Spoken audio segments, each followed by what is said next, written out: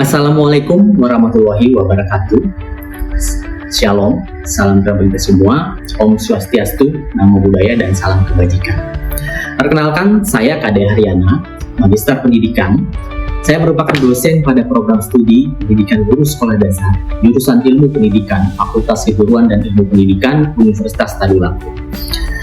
Video ini merupakan bagian dari pernyataan diri Unjuk Kerja Tridharma Perguruan Tinggi atau PDD UKT-PT tahun 2025 dalam bidang pengajaran. Bidang ilmu saya adalah pendidikan seni rupa. Pada hari ini saya akan menyampaikan tentang teknik pengajaran dengan menggunakan metode DIA, yaitu Delivery Interaction Assessment. Pada kesempatan ini, saya akan menjelaskan salah satu mata kuliah pendidikan seni rupa dengan bobot 2 SKS yang terdapat di semester 4. Adapun capaian pembelajaran mata kuliah ini adalah yang pertama, mampu menguasai konsep teoritis dalam pembelajaran di sekolah dasar, termasuk mengintegrasikan kearifan lokal dan global. Mampu menerapkan konsep teoritis dalam praktik yang relevan dengan pembelajaran di sekolah dasar melalui kinerja yang mandiri, bermutu, dan terukur. Yang tiga, mampu merancang, melaksanakan, dan mengevaluasi pembelajaran yang inovatif, kreatif, berpusat pada siswa, dan berbasis teknologi di sekolah dasar.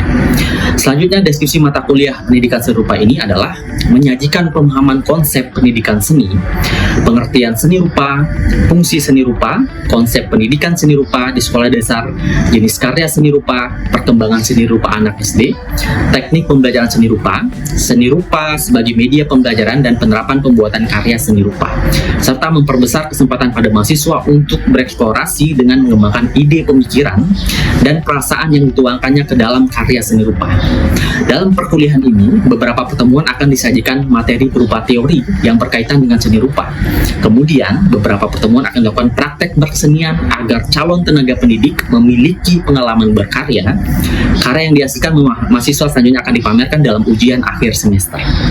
Materi pembelajaran mata kuliah pendidikan seni rupa meliputi yang pertama ada konsep pendidikan seni rupa, yang kedua ada dasar-dasar seni rupa, yang ketiga ada teknik dan media seni rupa, yang keempat apresiasi seni rupa. Adapun sistem pembelajaran dan materi yang akan saya lakukan dalam satu semester, di awal pertemuan saya melakukan perkenalan membangun keakraban dosen dan mahasiswa, dan melakukan presensi kehadiran mahasiswa melalui aplikasi Siakat dalam bentuk scan barcode. Yaitu kedua, biasanya saya membuka diri diskusi apapun itu bentuknya terkait perkuliahan dalam bentuk diskusi.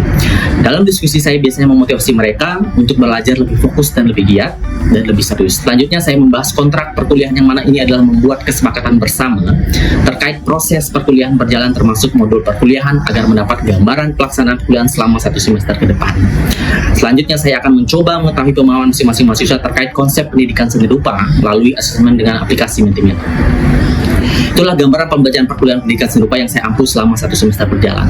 Adapun rujukan pembelajaran sebagai bentuk strategi delivery, proses penyampaian materi kepada mahasiswa dengan menggunakan beberapa strategi, yaitu textbooks, diantaranya ada beberapa sumber dari Gordon Graham tentang Philosophy of the Art, John Dewey tentang Art Acts Experience, Al Day dan Hufeit Mikhail ini tentang Children and Their Art, Method for the Elementary School.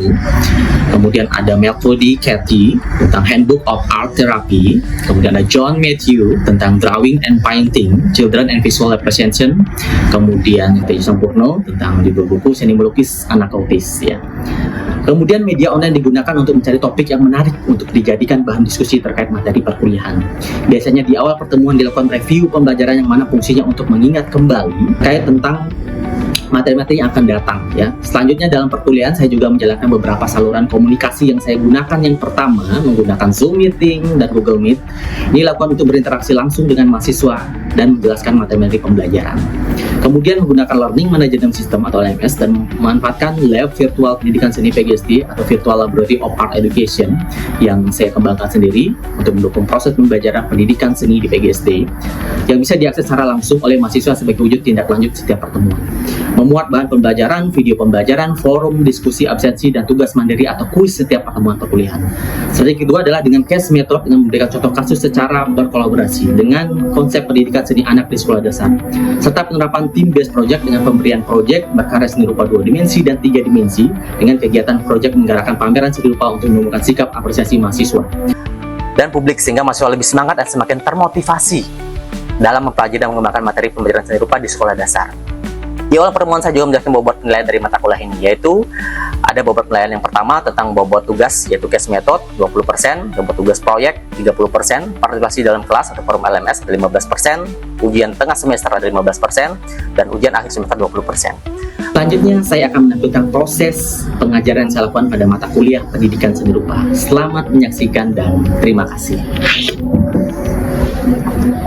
Assalamualaikum warahmatullahi wabarakatuh.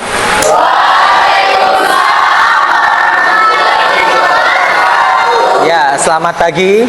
Ya. Shalom, salam sejahtera bagi kita semua. Om Swastiastu, Namo Buddhaya dan salam kebajikan ya. Salam sehat untuk pagi hari ini ya. Bagaimana kabarnya pagi hari ini? Sehat dan semangat semua ya. Ya, apalagi menanti mata kuliah Bapak ya. Ya. Ya, oke, hari ini kita masih dalam mata kuliah pendidikan seni rupa ya. Ya, di pertemuan ke-3 ya. Ya, sebelumnya kita sudah membahas tentang materi tentang konsep pendidikan seni rupa gitu ya. Tetapi sebelum nanti masuk ke materi, kita langsung ke absen dulu ya. Nah, seperti biasa ya. Jadi silakan untuk masing-masing mahasiswa mengeluarkan handphonenya dan silakan absen ya. Ya, oke.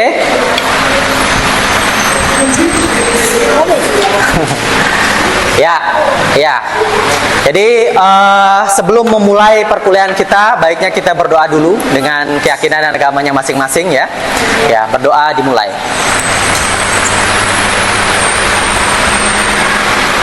Ya, berdoa selesai. Ya. Pertemuan hari ini, ya, kita akan membahas terkait tentang konsep dan penciptaan karya seni rupa ya, itu. Nah, kemarin sudah membahas tentang konsep dan pendidikan seni rupa itu seperti apa sih gitu ya. Nah, Bapak ingin mengulang kembali ya, apakah masih ada yang ingat terkait perkuliahan sebelumnya gitu ya. Oke. Ya, Bapak akan mulai di sini ya. Dari gambar ini ya. Ya. Dari gambar ini ada yang bisa menjelaskan enggak pengalaman tentang bagaimana melihat gambar ini sebenarnya gitu ya. Oke, silakan Rizka. Ya.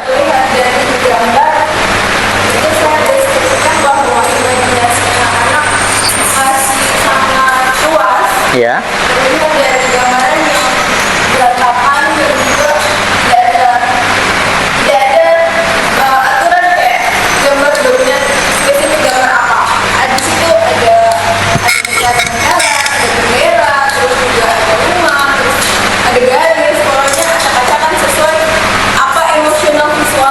Visualnya gitu. Iya, kita berikan tepuk tangan kepada Rizka ya. Iya, dan Sari, pengalaman sendiri ya. Oke, dari gambar ini kemudian Bapak akan tunjukkan satu gambar lagi ya. Oke.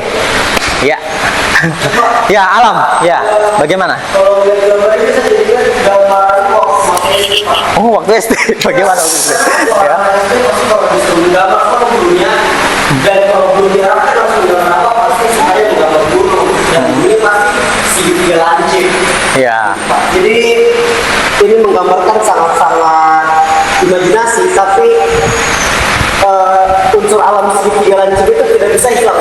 Begitu ya. Jadi sudah terprogram ya. Harus kalau sudah menggambar itu langsung gunung ya. Iya, gitu. Pak. Semua mempunyai pengalaman yang sama? Iya, sama itu ya. Nah, itu kasus kita yang perlu kita lihat di lapangan ya. Ya, di sekolah dasar khususnya ya, sebagai calon pendidik di guru sekolah dasar gitu ya. Ya, kemudian ada dua gambar yang tadi kita bandingkan ya di pertemuan sebelumnya gitu ya. Dan ini coba direfleksikan. Nah, kemudian kalau misalnya melihat gambar ini ya, lukisan ini bagaimana? Ya, kira-kira kapan kalian pernah menemukan anak sekolah dasar di Indonesia otomatis langsung melukis seperti ini, gitu ya? Iya, belum pernah ya. Ya, mungkin pernah Pak, gitu ya. Tapi agak sulit juga gitu ya. Kalau kita cari di Google, nah ini akan Bapak mengambil contoh dari salah satu ya. Itu ada kontes gambar dunia, namanya World Contest ya. Ini Bapak ambil menjadi sampul bukunya, gitu ya. Terkait tentang lukisan anak ya, lomba melukis anak seluruh dunia ya. Ini kebetulan lukisan dari anak dari Ukraina ya, umurnya 12 tahun ya, yang judulnya tentang apa ya kira-kira? Bukan tentang gajah ya, gitu. Tetapi tentang somewhere on Mars gitu ya. Iya. Bagaimana itu planet Mars gitu ya. Nah, anak seperti itu sudah berpikir tentang bagaimana pergi ke sana ya. Ya, teman-teman lihat bagaimana keadaan sekarang ya. Apalagi kalau kita tahu tentang Elon Musk ya, membuat Tesla, perusahaan Tesla, kemudian ada Starlink gitu ya. Ya, yang coba untuk memindahkan manusia dari bumi ke planet Mars. Nah, itu hal-hal yang kira-kira hanya ada di imajinasi anak, seni rupa anak gitu ya. Nah, ini refleksi dari pertemuan sebelumnya tentang konsep pendidikan seni rupa itu, khususnya di seni rupa anak gitu ya. Nah, sehingga kita coba ulas kembali nih gitu ya. Ya, dari konsep pendidikan seni rupa tersebut ya, sekarang kita masuk kepada konsep penciptaan ya. Konsep penciptaan karya itu harus seperti apa dong gitu ya, caranya gitu ya. Nah, kita akan belajar bersama hari ini ya. Sebelumnya dari apa yang sudah terlihat dari gambar-gambar ini ya. Nah, ada yang bisa menjelaskan tentang apa saja elemen dasar dari seni rupa itu sebenarnya? Ya, elemen dasar seni rupa. Ayo, silakan. Titik, garis, bentuk, volume, pencahayaan. Oke, sudah bagus, mendekati. Ada lagi?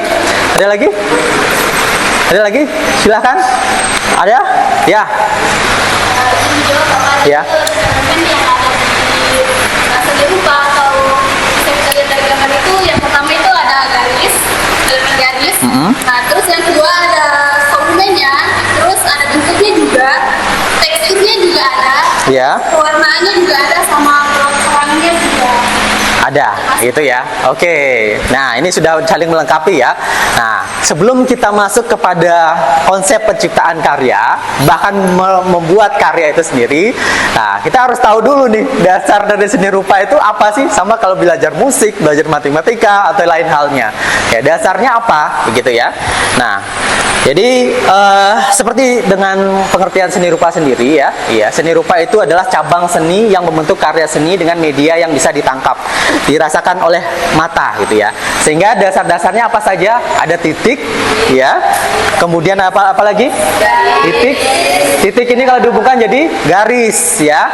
Garis ini kalau dihubungkan jadi bidang ya. Bidang ini kalau dihubungkan jadi bentuk ya. Nah, itu ya. Bentuk ini memiliki apa? Volume ya, gitu ya. Kemudian ada apa lagi? Warna ya. Kemudian pada saat diraba, tekstur halus ya. Dan yang terakhir ada ya, atau gelap terang gitu ya. Oke, kita berikan aplaus untuk kita semua ya. Nah, sudah dasar sudah punya ini ya. Dasarnya sudah punya semua. Nah, sekarang kita coba masuk kepada tentang pembagian karya seni rupa. Ini dasarnya sudah tahu nih, gitu ya. Nah, kemudian apa saja sih ya cabang-cabang dari seni rupa itu, gitu ya. Ada yang bisa menjawab? Ada yang tahu tentang cabang-cabang seni rupa? Apa saja? Ya. Wah, di depannya sudah Bapak sajikan karya-karya mahasiswa sebelumnya, gitu ya. Ini masuk karya seni rupa apa? Iya, seni lukis itu masuk karya dua dimensi. Ya, dua dimensi. Jadi, kalau bicara masalah cabang seni rupa ada berapa? Ada 3 Pak. Ada 3. Ya, Apa itu? Ada seni rupa murni, seni rupa Ya, 2 ya. seni rupa murni sama seni rupa terapan. Seni rupa murni sama seni rupa terapan ya. Oke. Seni rupa murni dan seni rupa terapan. Dari proses tadi cabang-cabang seni rupa tersebut ya. Itu kalau kita lihat dari kasat mata itu bentuknya apa? Nah, 2 dimensi dan 3 dimensi. Ya, itu benar sekali Alam ya. Gitu. Oke. Kita masuk kepada pembagian seni rupa itu ya. Ya, dan disebut sebagai karya seni rupa 2 dimensi dan karya seni rupa 3 dimensi ya. Tentu dari pengertian teman-teman, dari cara lihat karyanya sendiri yang kita sudah di depan ya. Ini karya seni lukis tadi sudah disebutkan juga ya. Kemudian kalau 3 dimensi itu cenderung kepada karya-karya patung ya. Ya, kriya itu juga tadi ada kriya murni dan kriya terapan. Bagaimana nih Pak gitu ya. Nah, karena kriya ini nanti kita akan kaji sedikit terkait seni kriya atau seni kerajinan itu apa ya gitu. Kemudian ada disebut sebagai apa? Keramik ya. Kemudian arsitektur dan desain produk. Ini sekarang banyak ya. Gitu ya, desain produk ya, arsitektur, produk arsitektur. Nah, itu kan 3 dimensi gitu ya. Kemudian seperti yang tadi sudah dijelaskan Alam, itu ada cabang-cabang seni rupa, ada berapa? 2 ya, seni rupa murni dan seni rupa terapan. Oke, seni rupa murni apa? Yang bisa dipakai Pak. Oh, nikmati keindahannya. Nikmati keindahannya itu ya. Apa bedanya dengan seni rupa terapan itu? Kalau apa yang bisa dipakai? Yang bisa dipakai. Oh, yang dipakai bagaimana maksudnya? Bisa Oh, dipakai berarti difungsikan ya, gitu ya, seperti kehidupan sehari-hari. Itu kebanyakan 2 hal yang tentu kita bisa lihat ya. Nah, contohnya, seperti ini. Ini kira-kira masuk seni rupa apa ini? Oh, ini ya, sama seperti yang di depan ya, contoh karyanya ya, begitu. Ya. Nah, kalau seni rupa terapan, 2 hal ini lagi. Mana yang termasuk seni rupa terapan dan mana masuk seni rupa murni? Ya, atau kriya terapan dan kriya murni. dan terapan. Terapan yang mana? Ini nomor 1 misalnya. Nih, yang mana yang terapan? Yang gambar 1. Ini ya. Ya. Oke, kalau ini? Murni. Ini. Kenapa? Karena tidak bisa dipakai. Tidak bisa diduduki. Iya, tidak bisa dinikmati. Coba lihat ya. Kira-kira ini kalau diduduki dengan bahan ini bagaimana? Ya, itu ya. Ada 2 konsep yang berbeda ya, gitu. Bahkan seni kriya pun sekarang ada yang terapan dan yang murni gitu ya. Nah, itu 2 hal. Nah, ini lagi. Kira-kira siapa yang bisa duduk di sini? Pakai tangan. Tidak ada ya gitu ya. Coba lihat ya. Nah, inilah konsep dari cabang-cabang seni rupa murni ya. Hari ini bisa kita lihat bagaimana perkembangan dari seni rupa ya, imajinasi seorang manusia tersebut ya. Nah, kalau kita mengarah kepada konsep seninya Ki Hajar Dewantara tersebut ya, bagaimana bahwa seni itu adalah ekspresi ya manusia, sehingga pada saat orang lain melihat apa yang dibuat manusia itu tergerak perasaannya gitu ya. Nah, seperti ini ya, kita akan wow, ini padahal kursi biasa tapi dibuat besar akhirnya menjadi kagum gitu ya, tergerak gitu ya. Nah, ini contoh-contoh karya yang bisa kita lihat dari seni rupa itu sendiri ya. Dan banyak lagi perlu nanti diekspor melalui kegiatan pameran, nanti bisa dilihat di media massa secara langsung atau secara online gitu. Nah, kemudian oke, Bapak arahkan ke hal-hal seperti ini gitu ya. Nah, ada yang kenal contoh karya ini? Mona Lisa. Iya, Mona Lisa karya dari siapa? Leonardo da Vinci ya gitu. Nah, ini seorang maestro ya, seni rupa dunia gitu ya. Bahkan dia juga seorang ilmuwan ya. Nah, sehingga bergeser pada hari ini berubah. Orang bisa membuatnya seperti ini. Ya. Dari awalnya dianggap ini adalah wanita tercantik di dunia gitu ya. Tapi pada saat diperbarui dari seni rupa yang sekarang ya, kontemporer di masa postmodern saat ini, bisa berubah, bahkan ada yang seperti ini, gitu ya. Ini karya seni juga, gitu ya. Ya, bagaimana membuat seseorang itu manusia itu tergerak pada saat melihat karya seni, gitu ya. Kemudian contohnya ini lagi, ya. Kira-kira ini apa?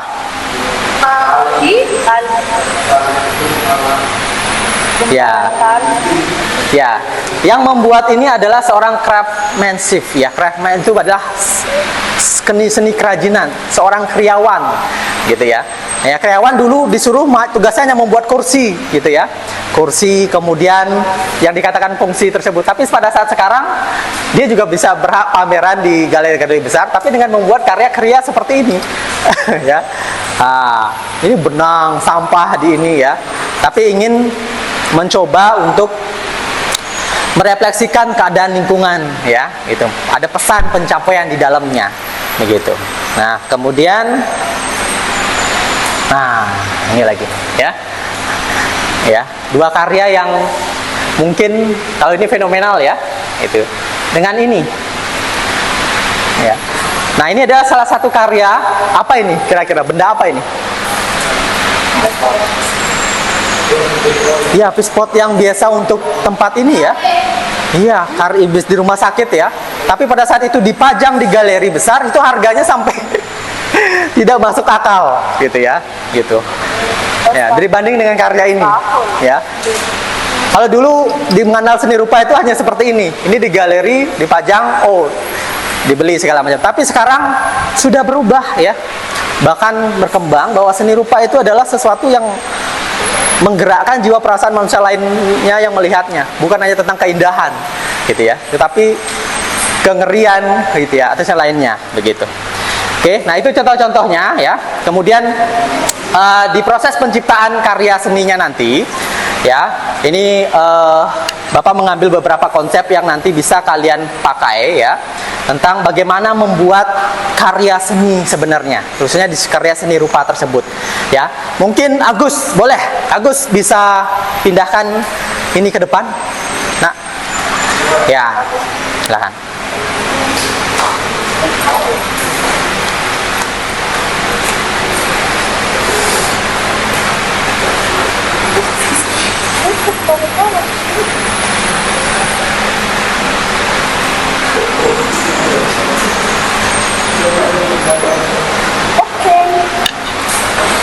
Oke, ya.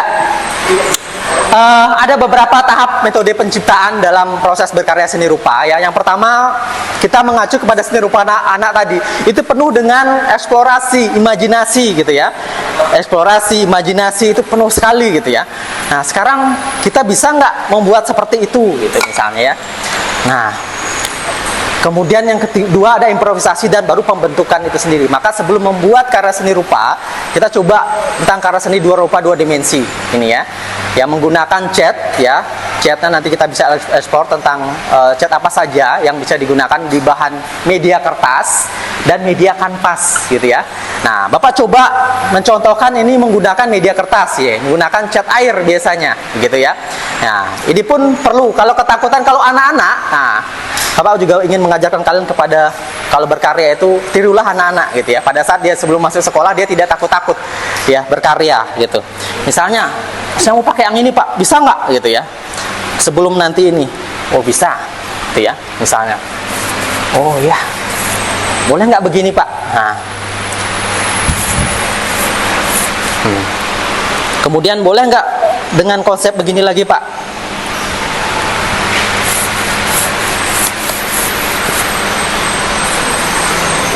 Nah, atau kalian membuat seperti kata Alam tadi ya, kalau disuruh menggambar atau yang lainnya, sering kita temui begini ya.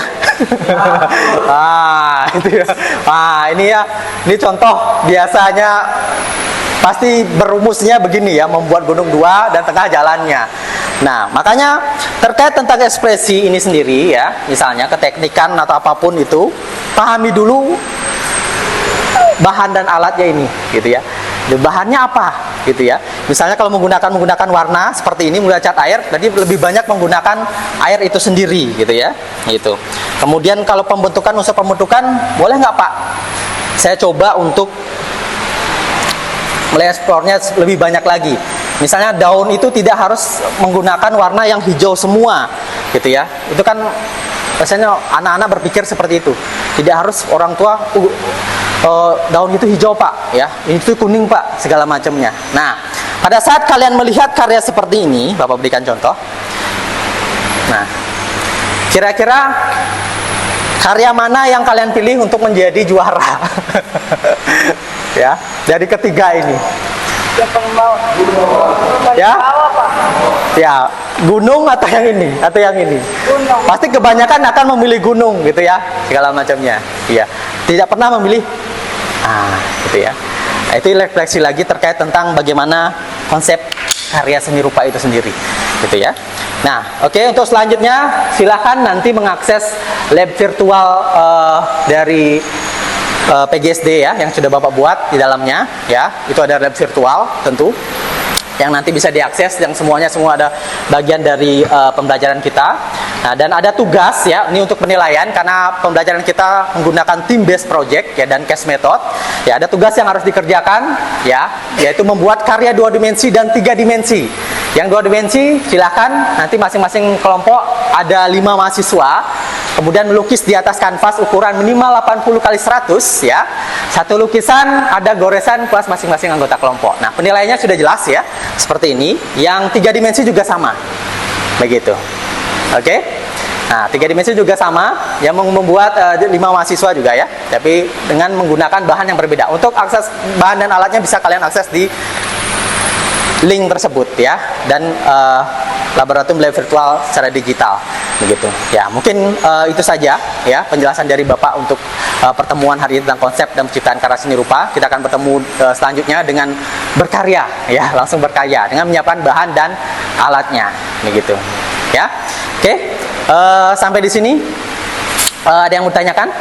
Baik, ya. Ini mau untuk yang berikutnya ada nggak? Apa kita bebas berkreasi? Ya, untuk temanya bebas ya. Jadi seperti seni rupa anak tersebut ya, yang sudah Bapak tampilkan di awal, gitu. Ya, silahkan menggunakan imajinasi kalian, gitu ya, untuk membuat konsep dari salah satu karya tersebut, ya. Oke, itu saja. Kita bertemu minggu depan ya dengan keadaan yang sehat ya. Oke, Bapak tutup hari ini dengan ucapan wassalamualaikum warahmatullahi wabarakatuh. Selamat pagi, shalom dan om santi santi santi om. Terima kasih. Ya.